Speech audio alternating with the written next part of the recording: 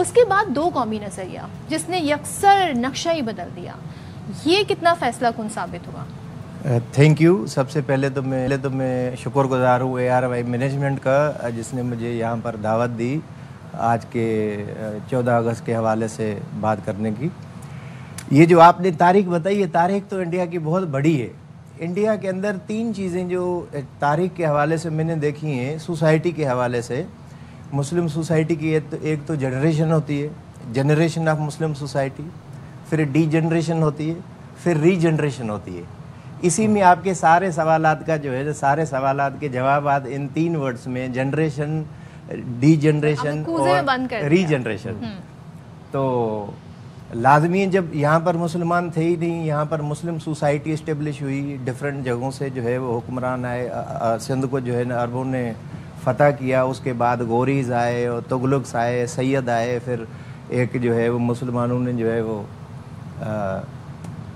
ایک اپنا پورا جو ہے نا ایک ان کا پیک تھا. اس کے بعد جو ہے وہ ڈاؤن فال بھی ان کی ہوتی ہے. After the demise of the Aurangzeb Alamgir, that is the period of the start of the downfall of the Muslim rule in subcontinent. تو اورنگزیب کی ڈیتھ کے بعد میں جو ہے یہ ڈی جنریشن شروع ہو جاتی ہے، استحصال شروع ہو جاتا ہے. پھر اس کی ایک ڈی جنریشن کا ایک پیک آتا ہے وار آف انڈیپینڈنس 1857. 1857 کی وار کے بعد میں تو مسلمانوں کی کنڈیشن یہ تھی کہ 20 ایئرز میں India produced only 20 Muslim graduates. Whole of India میں صرف 20 مسلمان گریجویٹس تھے. اس سچویشن میں جو مسلمان مفکر تھے، جو بڑے بڑے انٹلیکچوئل تھے، like sir Syed Ahmad Khan who was the pioneer of the two nation theory as well as the father of the Muslim nationalism in South Asia, انہوں نے ایک ایجوکیشنل موومنٹ، ایک ریفارمسٹ موومنٹ اسٹارٹ کی. اس سے مسلمان یہ پیریڈ ری جنریشن کا ہے. علی گڑھ یونیورسٹی کی بنیاد بھی اسی کا بالکل. پہلے انہوں نے علی گڑھ محمدن اینگلو اسکول بنایا، اسی اسکول کو کنورٹ کیا محمدن اینگلو اورینٹل کالج میں، اور وہی Anglo Oriental college that became the Aligarh Muslim university after the demise of the sir Syed Ahmad Khan, which produced in next 20 years from 1857 in 20 years 20 Muslim graduate, and when Sir Syed Ahmad Khan started these educational steps, India produced more than 400 Muslim graduates. Wow. That was the period of the renaissance of the Muslims under the leadership of the Sir Syed Ahmad Khan. یہاں پر ایک دوسری بات میں clear کر چکوں کہ یہاں پر ہر مفکر کو یا ہر لیڈر کو ہم سارے ٹائٹل دے دیتے ہیں کہ سر سید احمد خان پولیٹیشین بھی تھا، علامہ اقبال بھی پولیٹیشین تھا، جناح صاحب بھی جو ہے لائر تھے یا کچھ اور تھے. تو یہاں پر جو میں نے ہسٹری پڑھی ہے اس میں میں نے جو کنکلوژن اس کا نکالا ہے، واٹ آئی فیل، کہ sir Syed Ahmad Khan was a reformer. He wanted to reform the Muslim society, especially reforms in educational sector. He was purely educationalist and reformist. Base ان کا جو ہے ریفارمیشن ان ایجوکیشن. وہ یہ کہتے تھے کہ مسلمانوں کو تعلیم کے زیور سے اور جدید تعلیم کے زیور سے آراستہ ہونا ضروری ہے. کیونکہ at that time Muslims were refusing to adapt the English language and he communicated them کہ انگلش سیکھنا یا انگلش میں جو ہے وہ جتنے بھی کمپٹیٹیو ایگزامینیشن تھے وہ بھی انگریزی میں تھے. تو he convinced them to adapt the English language so they could compete with the Hindus in India. Yes. Because all competitive examinations were in English. Yes. And due to Muslims' refusal, they lagged behind the Hindus in the area of the education and شہانی صاحب competitive ایک چیز یہ examination. بتائیے گا، پھر ہم جب آ جاتے ہیں، پہلے قائد اعظم محمد علی جناح کانگریس کا حصہ تھے، پھر مسلم لیگ میں شمولیت اختیار کی، وہاں سے جو تحریک پاکستان کی بنی، ذرا اس کے تھوڑے سے خد و خال. تحریک تو پاکستان کی جو ہے سر سید احمد خان کے دور سے ہی چلی تھی. اب یہاں پر ہندی اردو ایک کنٹراورسی آتا ہے، 1864 میں ایونٹ آتا ہے. انڈیا کے اندر برٹش نے اردو کو رائج کیا تھا کہ وہاں کی نیشنل لینگویج ہے. یہ جب سے رائج ہوئی؟ تب سے رائج ہے 1825 سے. تو 1864 میں there was a Hindi Urdu controversy where the Hindus of the Banaras, they were demanding Hindi as official language of India while replacing Urdu. تو at that time sir Syed Ahmad Khan was Indian nationalist تھے، اور ان کا ویژن یہ تھا کہ ایک طرف ایک آنکھ جو مطلب جو ہے نا مسلمان ہے اور دوسری آنکھ سے میں جو ہے نا ہندوؤں کو ٹریٹ کرتا ہوں ایکولی. تو انہوں نے کہا کہ this is first time it has shocked sir Syed Ahmad Khan. تو اس کے بعد انہوں نے 2 نیشن تھیوری بھی اپنی دی کہ in India there are 2 nations Muslims and Hindus and they belong to 2 different communities religious philosophies and like that. تو آنورڈ پھر جناح صاحب. تو یہاں پر ایک دوسری بات میں کلیئر کروں کہ سر سید احمد خان بھی بگننگ میں انڈین نیشنلسٹ تھے، علامہ اقبال بھی انڈین نیشنلسٹ تھے، قائد اعظم محمد علی جناح بھی انڈین نیشنلسٹ تھے. 1947 تو سبھی وہیں کے نیشنلسٹ کہلاتے تھے نا، لیکن 47 کے بعد جغرافیہ ہی چینج ہو گیا. اچھا پروفیسر صاحب، آپ نے ساری تاریخ بتائی، بڑی اچھی آپ نے تمام تر چیزوں کو بریک ڈاؤن کر کے بتایا. پاک سے زمین کا خواب شرمندہ تعبیر ہوتا ہے، پھر تاریخی ہجرت ہوتی ہے، اس میں بڑی قربانیاں دی جاتی ہیں، ایک اثار، ایک جذبہ دیکھا جاتا ہے ان قربانیوں کے پیچھے. کیا آج کی نسل کو آپ کو لگتا ہے کہ ادراک ہے ان قربانیوں کا؟ آج کی جو نسل ہے ان کو ہمیں being a professor I feel کہ we have to educate properly the new generations. They are not aware of the historical facts. For example ایک چھوٹا سا میں آپ کو ہسٹوریکل فیکٹ بتاتا ہوں کہ یہ پاکستان کی موومنٹ یا جو ہندو مسلم ڈفرینسز تھے یا جو ہمارا ایک آئیڈیالوجیکل کانفلکٹ تھا وہ کتنا پرانا تھا. 1882 میں انڈین ایک ناولسٹ تھے، انہوں نے ایک اند ناتھ کے نام سے جو ہے ایک ناول لکھی تھی جن کا نام تھا بنکیم چندرا چٹرجی. اس بنکیم چندرا چٹرجی نے اسی اپنے ناول میں بندے ماترم کے نام سے آپ کو یاد ہوگا کہ بندے ماترم کے نام سے ایک ناول کے اندر جو ہے ایڈ کیا، اور اسی کا مقصد تھا to kill the cow eaters. At that time Muslim reacted and same onward جب ہم جاتے ہیں 1937 میں first time in the history of India elections ہوتے ہیں اور کانگریس بڑے پیمانے پہ جیت کے آتی ہے اور 8 صوبوں میں حکومت بناتی ہے، تو انہی 8 صوبوں میں بندے ماترم وہاں کا نیشنل اینتھم تھا. اتنا مطلب ایک پرجوڈس اور ایک ہیٹ جو تھی انڈیا کے اندر کانگریس کے جو ایکسٹریمسٹ اور ہندو جو ایکسٹریمسٹ لیڈر تھے ان کے اندر مسلمانوں کے اگینسٹ تھی. ایکسٹریمزم وہاں سے ہم دیکھ رہے ہیں پنپ رہا ہے ان کا. اسی کے علاوہ بھی کئی ایسے مطلب ایونٹ آتے ہیں. اس کے بعد جو ہے when Congress ruled India 8 provinces for 2.5 years. تو اتنا بٹر اینڈ سورنگ ایکسپیرینس تھا for the Muslims of India کہ because they came into power first time in the history of India. First time elections were held in 1937. یعنی کہ آپ ہمیں بتا رہے ہیں کہ 2 قومی نظریہ ہمیشہ سے ہی ایک حقیقت تھا اور ہے، اور اس کے ثبوت کے طور پہ انہوں نے تاریخی حوالے بھی ہمیں دیے، اور یقیناً یہی ہماری پہچان ہے، پاکستان ہماری پہچان ہے. بالکل. بہت شکریہ پروفیسر منصور علی شاہانی صاحب، آپ کے وقت نکالا. اور یہ ملک نوجوانوں ہمیں بڑی قربانیوں کے بعد ملا ہے، بڑی جد و جہد کے بعد ملا ہے، اس کی حفاظت اب ہماری ذمہ داری ہے. تو آپ نے اپنے ملک کے لیے دعا کرنی ہے آج خصوصی طور پر، اور اپنے حصے کی شمع جلاتی جانے. ہم نے ایک چھوٹی سی بریک پہ حاضر ہوں گے. بریک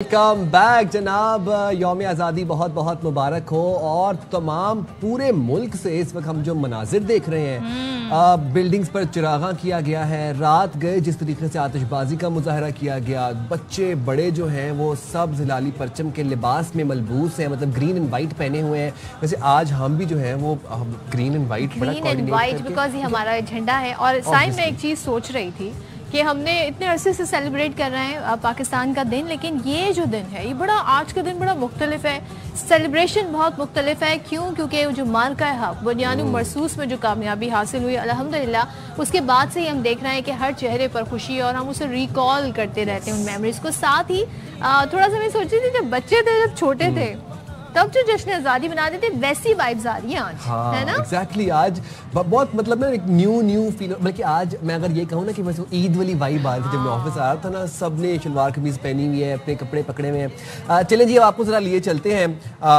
مختلف شہروں میں، وہاں پر ہمارے نمائندے موجود ہیں. سب سے پہلے جائیں گے ہم کراچی، وہاں پر علی حسن موجود ہیں، پشاور سے نواب شیر ہیں، اور کوئٹہ سے عطیہ ہیں. کراچی چلتے ہیں. ذرا بتائیے گا علی حسن، اس وقت آپ کہاں پر موجود ہیں اور اس وقت کیا مناظر دیکھ رہے ہیں، عوام میں کتنا جوش و ولولہ دیکھ رہے ہیں، کیا سیلیبریشن چل رہی ہیں، ذرا سب بتا دیں. آزادی کے حوالے سے تقریبات کا سلسلہ بہت پہلے سے شروع ہو چکا تھا اور آج ایک بڑا دن ہے تو ہر ایک جوش و خروش سے جو ہے وہ ایک لحاظ سے لبریز پایا جاتا ہے. میں اس وقت موجود ہوں مزار قائد میں. یہاں صبح سے تقریبات کا سلسلہ شروع ہو گیا تھا. پہلے مرحلے میں جو ہے پاکستان نیوی کے جو چاق و چوبند دستے ہیں انہوں نے کیڈٹس نے یہاں پہ جو حاضری دی اور پھر کارڈز کے فرائض سنبھال لیے. اس کے بعد جو ہے گورنر سندھ اور پھر چیف منسٹر دونوں ساتھ آئے. اب یہاں پہ انہوں نے فاتحہ خوانی کی اور مہمانوں کی کتاب میں اپنی یادداشت بھی جو ہے قلم بند کی. پھر اینڈ میں جاتے ہوئے انہوں نے جو ہے یہاں پہ فلیگ بھی لہرایا تھا. اس کے بعد جو ہے کور کمانڈر کراچی یہاں پر آئے, انہوں نے حاضری دی, فاتحہ خوانی کی اور پھولوں کی چادر چڑھائی. کچھ دیر پہلے جو ہے وفاقی وزیر جو ہیں جن کا تعلق MKM پاکستان سے خالد مقبول صدیقی صاحب, وہ اپنی کابینہ کے ساتھ یہاں پر تشریف لائے تھے اور انہوں نے بھی حزب رفاق عوام میں کیسا جوش و جذبہ دیکھ رہے ہیں, ذرا یہ تو بتائیں. دیکھیں اب اس دفعہ اگر میں مین شارع فیصل کی بات کروں جب اور یا کہیں اور علاقوں میں بھی جائیں تو ہر جگہ جو ہے اس دفعہ بہت زیادہ جو ہے ایکسائٹمنٹ دکھائی دی. ہر گھر ہر بلڈنگ پہ جو ہے جھنڈے لہرا رہے تھے, جھنڈیاں تھیں. آپ کو شاید یاد ہوگا بچپن میں ہم لوگ بھی اپنے محلوں میں جو ہے جھنڈیاں لگاتے تھے, مقابلے ہوتے تھے. تو یہ ایک دوبارہ سے ایک روایت جو ہے بحال ہونا شروع ہو گئی. اب گلیوں میں جھنڈیاں لگا رہے ہیں, لوگ سجاوٹ کرتے ہیں, باقاعدہ کمپٹیشن ہوتا ہے کہ اس دفعہ ہم جیتیں گے, اس دفعہ تم جیتو گے. تو یہ ایک ایکسائٹمنٹ ہوتی ہے, خوشی کا اظہار ہوتا ہے. اور اس دفعہ واقعی جس طرح سے افواج پاکستان نے فتویٰ سمیٹی ہیں تو یہ مزہ جو ہے دوبالا ہو گیا جشن آزادی کا. بالکل. ہم چلیں گے جناب کوئٹہ, ساتھ ہی رہے گا علی ہمارے. کوئٹہ سے ہمارے ساتھ عطیہ اکرم ہے. عطیہ, آپ بتائیں کہ کیسے جشن آزادی کا دن سیلیبریٹ کیا جا رہا ہے, کوئٹہ کے رہنے والے کس طرح سیلیبریٹ کر رہے ہیں؟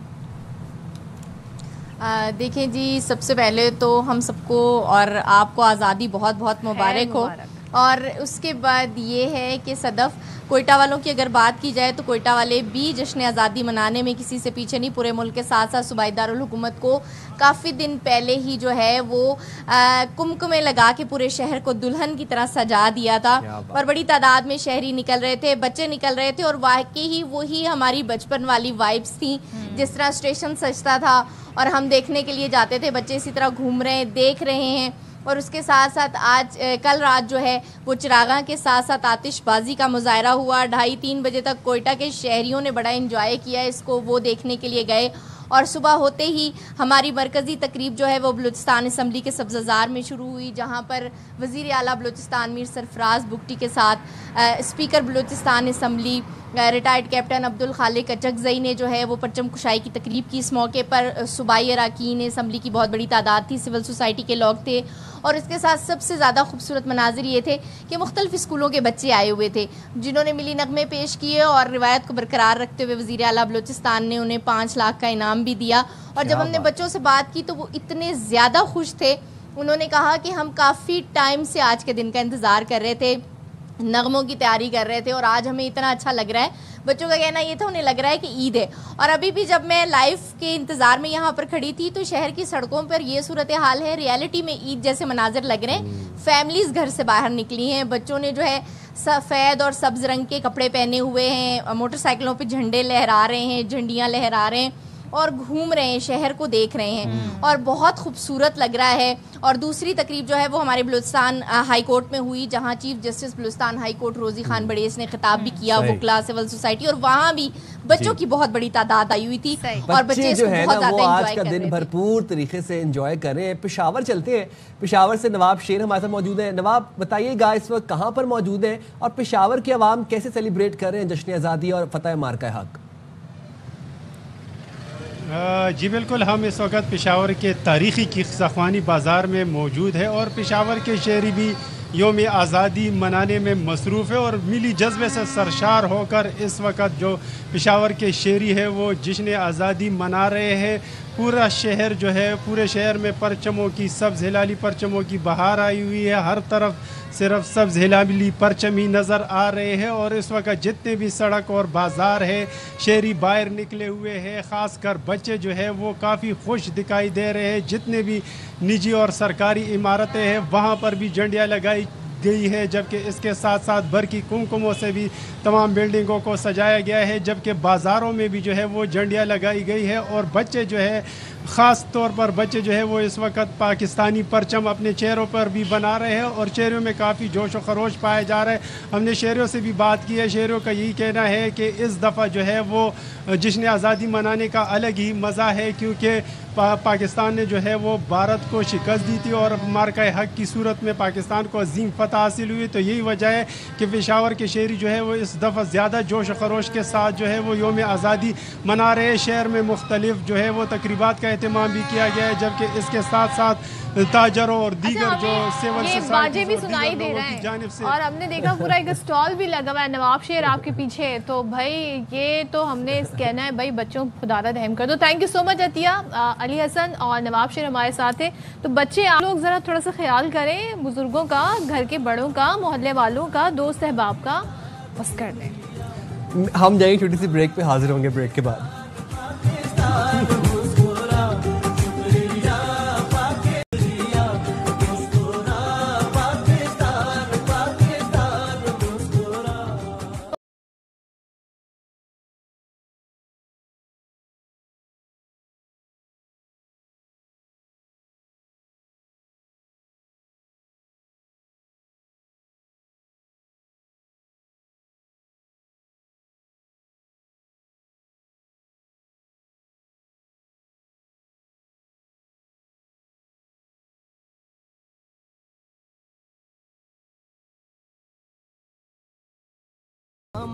تو جشن آزادی کا سلسلہ جاری ہے. ایک بار پھر سے آپ سب کو ARY نیوز کی جانب سے اور باخبر سویرا کی ٹیم کی جانب سے جشن آزادی مارکہ حق کی بہت بہت مبارک ہو. اور دیکھیں آج کا دن بڑا امپورٹنٹ ہے, اس لیے ہمارا شو بھی خصوصی ہے. تو آج کے دن کی مناسبت سے اپنے شو کو ہم نے تبدیل کر دیا ہے تاکہ جو خوشیاں ہیں, جو سیلیبریشن ہیں, جو آپ اور ہم ساتھ منا رہے ہیں, اس کو آگے لے کر ہم بڑھتے رہیں. تو آج جناب صبح سے ہی ہم نے دیکھا دن کا آغاز ہوا, اور اسلام آباد میں, کراچی ہو, ملک کے ہر شہر میں ہم تقریبات کا سلسلہ دیکھ رہے ہیں. تو مزار اقبال پر بھی کچھ دیر پہلے کور کمانڈر لاہور پہنچے اور انہوں نے مزار قائد پر حاضری دی, پھول رکھے, فاتحہ خوانی کی اور پھر مہمانوں کی کتاب میں تاثرات درج کیے. بالکل, یہ مناظر بھی آپ دیکھ سکتے ہیں. کور کمانڈر لاہور مزار اقبال پہنچے, وہاں پر حاضری دی اور پھول رکھے, اس کے بعد دعا ہوئی اور اس کے بعد پھر مہمانوں کی کتاب میں اپنے تاثرات قلم بند کیے. یہ مناظر آپ دیکھ سکتے ہیں مزار اقبال سے مناظر آپ کو دکھائے جا رہے ہیں, جہاں پر اب سے کچھ دیر پہلے کور کمانڈر لاہور پہنچے. لیفٹیننٹ جنرل فیاض حسین نے حاضری دی مزار اقبال پر, پھول رکھے, دعا کی اور مہمانوں کی کتاب میں اپنے تاثرات بھی قلم بند کیے. ملک بھر میں جشن آزادی اور فتح مارکہ حق جوش و خروش سے, ملی جوش و جذبے سے منایا جا رہا ہے, اور یہ حاضرین کا سلسلہ بھی جاری ہے. ساتھ ہی ساتھ آپ کو وہاں پر بھی لے کے جائیں گے, آپ کو دکھاتے رہیں گے, لائیو بھی جاری رہیں گے. اچھا جی, جب ہم بات کرتے ہیں نا کسی بھی ایک ملک کی, تو ظاہر ہے اس ملک کی ایک مضبوط افواج بڑی اہمیت رکھتی ہے. اسی طریقے سے اس ملک کی مضبوط معیشت بھی اتنی ہی اہمیت رکھتی ہے. تو آج ہم بات کر رہے ہیں جس موقع پر, تو الحمدللہ ہماری معیشت جس کے حوالے سے کچھ دنوں پہلے تک بڑی باتیں کی جا رہی تھیں, اب وہ ایک اچھے فیز میں آ گئی ہے, اور اس کی ہمیں کہتے ہیں نا اس حوالے سے ہمیں خبریں بھی ملتی رہتی ہیں. تو جو آج ہم آپ کے ساتھ شیئر کرنے جا رہے ہیں جشن آزادی کے موقع پر معاشی طور پہ جو خبر سامنے آئی وہ یہ ہے کہ انٹرنیشنل جو ریٹنگ ایجنسی ہے موڈیز, اس نے پاکستان کی کریڈٹ ریٹنگ ایجنسی بہتر کر دی ہے, کریڈٹ ریٹنگ مزید بہتر کر دی ہے, اور موڈیز نے ریٹنگ CAA2 سے بڑھا کر CAA1 کر دی ہے. سو آؤٹ لک بھی مثبت سے مستحکم کر دیا. موڈیز کا کہنا ہے کہ IMF پروگرام کے تحت اصلاحات سے بیرونی قرضوں کی پوزیشن بہتر ہوئی ہے. بالکل جی, اور نہ صرف موڈیز, اس سے پہلے ہم دیکھ رہے تھے کہ فچ نے بھی پاکستان کی ریٹنگ مثبت قرار دی, S&P نے پاکستان کی ریٹنگ مثبت قرار دی. تو جتنے بھی عالمی کریڈٹ ریٹنگ ایجنسیز ہیں وہ پاکستان کی معیشت کو خوشائن قرار دے رہے ہیں. ہو کیا رہا ہے کہ اس سے جو فورن انویسٹرز ہیں ان کا اعتماد پاکستان کے کاروبار پہ, پاکستان کی معیشت پہ بڑھتا چلا جا رہا ہے. And then again all thanks to field marshal Asim Munir صاحب, جنہوں نے امریکہ کا دورہ کیا, اور ان 2 دوروں کے ثمرات آج ہم دیکھ رہے ہیں کہ ہماری معیشت پر کتنے خوشائن مرتب ہو رہے ہیں. ٹریڈ معاہدے ہو رہے ہیں, امریکہ کا جھکاؤ پاکستان کی طرف, پاکستان میں آئل کی ذخائر کی بات کی. ڈونلڈ ٹرمپ تو خود بھی بزنس مین اور ٹریڈ کی بات کرتے ہیں, تو انہوں نے پاکستان سے تعلقات بڑھانے میں جو پہل کی, اس پہلی جو بات کہی وہ ٹریڈ کے حوالے سے کہی. تو چلیں جی اس پر بات کر لیتے ہیں. ماہر معاشیات ڈاکٹر عابد سلیری صاحب نے ہمیں جوائن کیا ہے. عابد سلیری صاحب, آپ کو جشن آزادی بہت بہت مبارک ہو. اور آج کے دن ہم یہ خبر شیئر کر رہے ہیں کہ موڈیز نے کریڈٹ ریٹنگ بہتر کر دی ہے, مزید بہتر کر دی ہے. یہ کتنی مثبت پیش رفت ہے؟ جی, آپ دونوں کو بلکہ تمام ناظرین کو جشن آزادی مبارک ہو. اور آپ نے بالکل درست فرمایا کہ جب تک ہم معاشی طور پہ خود انحصار نہیں ہوتے. جو ٹیریٹوریل آزادی ہے وہ شاید بہت جو ہے کھو بیٹھتی ہے. اور پاکستان کے لیے یہ بڑی خوشی کی بات ہے کہ اس جشن آزادی کے موقع پہ آج سے 2 سال پہلے کو اگر آپ دیکھ لیں 2-3 سال پہلے تو ہم کتنے ڈپریس بیٹھے تھے اس وقت کہ 76 سال ہو گئے آزاد ہوئے اور ابھی بھی ڈیفالٹ کے خطرات اور باقی چیزیں ہمارے سر پہ منڈلا رہی ہیں. اور آج ماشاءاللہ تینوں جو کریڈٹ ریٹنگ ایجنسیز ہیں انہوں نے پاکستان کو کریڈٹ وردی قرار دیا ہے. اس کا اگر میں سادہ ایک جملے میں بیان کروں ناظرین کے لیے تو اس کا مطلب یہ ہے کہ پاکستان کا ان تینوں ایجنسیز کے مطابق پاکستان کے ڈیفالٹ کرنے کا کوئی خطرہ نہیں ہے. جب 3 آپ کی بڑی جو گلوبل ایجنسیز یہ کہہ دیتی ہیں کہ ڈیفالٹ کرنے کا کوئی خطرہ نہیں ہے تو اس کا مطلب ہوتا ہے کہ انویسٹرز کے لیے یہ اعتماد جو ہے وہ آ جاتا ہے کہ یہ ملک جو ہے یہ مستحکم ہے, معاشی لحاظ سے یہاں پہ انویسٹمنٹ کی جا سکتی ہے, یہاں پہ لانگ ٹرم پلان جو ہیں وہ شروع کیے جا سکتے ہیں. دوسرا جو ایک بڑا اس کا مطلب نکلتا ہے وہ یہ ہے کہ پاکستان نے جو اصلاحات شروع کر رکھی ہیں IMF پروگرام میں یا اپنے طور پہ ان کا تسلسل رہے گا.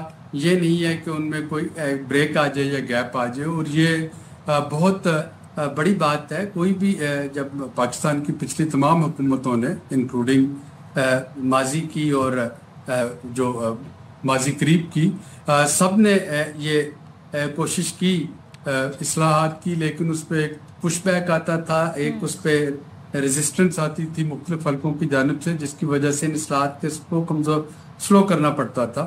لیکن اس وقت جو آپ کی سویلین اور جو آرمڈ فورسز کی جو قیادت ہے ان کی بدولت یہ ہو رہا ہے کہ وہ اصلاحات کا سلسلہ جو ہے وہ جاری ہے, اس میں کوئی گیپ نہیں آ رہا. اور یہی بات موڈیز نے کل نوٹ کی ہے کہ پاکستان کی حکومت کی جو ریزالو ہے IMF کے پروگرام کو کامیابی سے چلانے کی وہ اپنی جگہ قائم ہے. تو یہ اس وقت پاکستان بڑی ایک یونیک پوزیشن میں ہے کہ ہمارے آج کے جو جیو پولیٹیکل ڈیوائڈ اور فریگمنٹیشن اگر اس میں دیکھا جائے تو چین کے ساتھ ہمارے آہنی برادرانہ تعلقات ہیں, امریکہ سے ہمارے تعلقات بہتر ہو رہے ہیں, جو مڈل ایسٹ سے ہمارے تاریخی روابط ہیں اور رشیا کے ساتھ بھی ہمارے تعلقات جو ہیں وہ اچھے ہیں.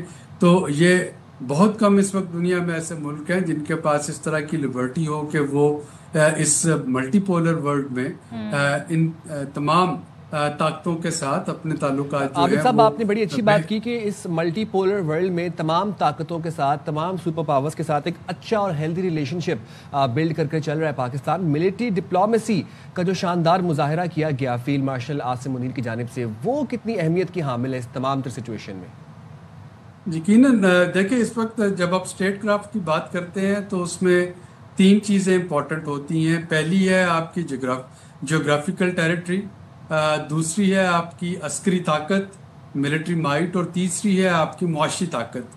اور یہ تینوں جو ہیں یہ ایک دوسرے سے لازم و ملزوم ہیں, یہ جڑی ہوئی ہیں. اگر ہم واقعی ایک آزاد مملکت اپنے آپ کو کہنا چاہتے ہیں تو ہمیں ان تینوں کو ساتھ لے کے چلنا ہوتا ہے. تو مارکہ حق اور جو آپریشن بنیان المرصوص میں جو پاکستان نے اپنی عسکری طاقت کا مظاہرہ کیا, یقیناً اس سے جو لیگ آف نیشنز میں پاکستان کا جو تشخص ہے وہ بھی بہتر ہوا, اور اسی کی وجہ سے فیلڈ مارشل جو ہیں ان کو اسپیشل مدعو کیا گیا پرائیویٹ لنچ کے لیے. 2 گھنٹے کی جو لنچ ہوا ان کا وائٹ ہاؤس میں. اور یہ امریکی صدر جو کہ اپنے تعلقات میں بہت ٹرانزیکشنل ہیں ان کی جانب سے یہ ایک بڑا یونیک جو ہے وہ لنچ تھا. ادروائز وہ تو صرف بلینرز اور ملٹی بلینرز جو ہیں ان کے ساتھ میٹنگز کر رہے ہوتے ہیں یا وہ صرف ٹرانزیکشنز کی بات کر رہے ہوتے ہیں. تو یہ جو سارا پاکستان نے ایک ملٹی پولر ورلڈ میں ایک ملٹی ڈائمینشنل طاقت کا مظاہرہ کیا, اور اسپیشلی اس میں جو ہماری عسکری طاقت تھی, عسکری قیادت کی لیڈرشپ میں, اس کا ایک بڑا اہم رول ہے جو کہ اب ہماری معاشی جو ہے اہمیت اور معاشی طاقت اس کو وہ مضبوط کر رہا ہے.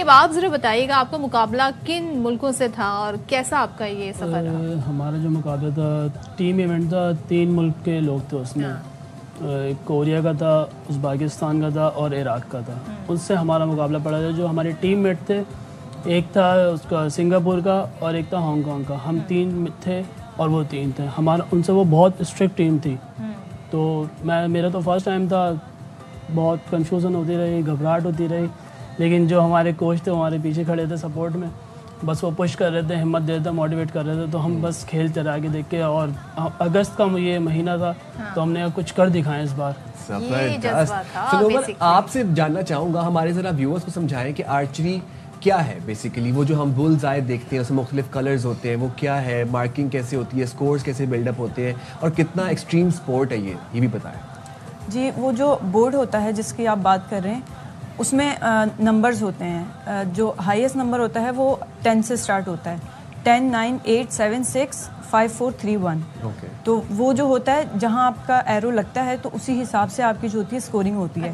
اور جو بالکل سینٹر میں ایک پلس کا نشان ہوتا ہے تو وہ جو ہے وہ 10 سے اوپر کا ہوتا ہے. مطلب ہوتا 10 ہے وہ، لیکن اگر آپ اس کو ایرو اس میں جا کے لگا تو وہ آپ کے لیے مطلب کھیل میں اور اسکور میں زیادہ آپ کے لیے فائدہ مند ہوتا ہے. تو یہ جو ہے یہ اس کی اسکورنگ بھی اسی طرح ہوتی ہے، جس پہ آپ کا جس نمبر پہ آپ کا ایرو لگا تو اسی حساب سے پھر آپ کی اسکورنگ ہوتی ہے. صحیح.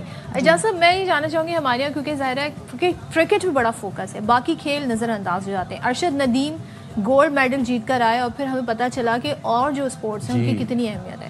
اس میں کیا چیلنجز ہیں اور اسے کیسے بہتر مزید کیا جا سکتا ہے؟ دیکھیں پاکستان آرچری فیڈریشن اس پر کافی کام کر رہی ہے. سندھ آرچری ایسوسیشن بھی اس پر کافی کام کر رہی ہے. گراس روٹ لیول پر اس کھیل کو ہم نے شروع کیا ہے، اسکول لیول پہ شروع کیا ہے. چیلنجز بس یہ ہیں کہ اکوپمنٹ یہاں موجود نہیں ہے. پاکستان میں آرچری کی بو اور ایروز یہاں نہ تو کوئی مینوفیکچرر بناتا ہے، نہ تیار ہے بنانے کے لیے، اور اسے ہمیں امپورٹ کرنا پڑتا ہے. اگر آپ سستا امپورٹ کرنا چاہتے ہیں تو آپ چائنا سے امپورٹ کر لیتے ہیں، اگر آپ مہنگا امپورٹ کرنا چاہتے ہیں تو وہ US سے امپورٹ ہوتا ہے. کمپنیز کے نام میں نہیں لوں گا، لیکن بہرحال یہ ایک پرائز ڈفرینس ہوتا ہے دونوں میں. ایک 3 لاکھ روپے کی بو بھی آتی ہے اور ایک 20 لاکھ روپے کی بو بھی آتی ہے. جو پروفیشنل آرچر جن کو آپ اولمپک میں دیکھتے ہیں کھیلتے ہوئے، وہی بو استعمال کرتے ہیں جو کہ US میڈ ہوتی ہیں، وہی ایروز استعمال کرتے ہیں جو 20-20 ہزار روپے کا ایک ایرو ہوتا ہے. اور فرق سستے اور مہنگے میں وہ یہی ہوتا ہے کہ اس کی ایکوریسی بہت اچھی ہوتی ہے. اس میں ایکوریسی کا تھوڑا سا فالٹ ہوتا ہے یا کچھ اور اس طرح کی چیزیں ہوتی ہیں جس میں اگر بہت پرفیکٹ آرچر بھی ہے تو اس کو ایک کچھ نہ کچھ مائنر پرابلمز جو ہے وہ آ جاتی ہیں. تو بہرحال ہمارے پاس جو ہیں وہ تو پاکستان کے پاس فی الحال چائنا کی ہی وہ ہیں اور ہم وہی یوز کر رہے ہیں. لیکن اس کے باوجود بھی ہمارے آرچرز کی یہ میں سمجھتا ہوں کہ ان کی اسکل ہے کہ وہ اس پہ محنت کرتے ہوئے آگے جو ہے وہ پاکستان کے لیے زبردست. بہت شکریہ کوچ صاحب آپ کا and both of the players. Best of luck for your future endeavours. We are hopeful کہ آپ لوگ اولمپکس کے لیے کوالیفائی کریں. اور میری بات سنیں، جب کھیر بن جاتی ہے تو کھانے کے لیے سب آ جاتے ہیں. ابھی ان پوٹینشیل مجھے ٹیلنٹ